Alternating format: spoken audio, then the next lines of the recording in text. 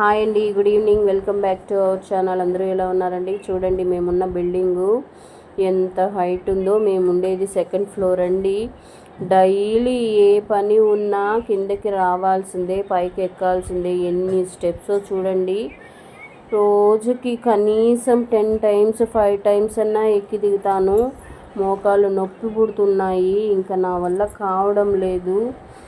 ఆయాసం వచ్చేస్తుంది, ఊపిరే ఆడదు. నేను మా బాబు పాకుతా దేకుతా ఎక్కుతాం మెట్లు. ఆయాసం వచ్చేస్తుంది, ఇంకా నా వల్ల కాలేదు. అందుకని నేను ఒక నిర్ణయానికి వచ్చేసినాను. అర్జెంటుగా వెళ్ళి ఒకరిని హెల్ప్ అడగాలి. ఇంకా నా వల్ల కానే కాదు. ఇంకా అర్జెంటుగా వెళ్ళి ఒకరిని హెల్ప్ అడగకపోతే నేను ఇంకా స్టెప్స్ ఎక్కలేను. అందుకని నేను ఒకరిని హెల్ప్ అడగడానికి వెళ్తున్నాను.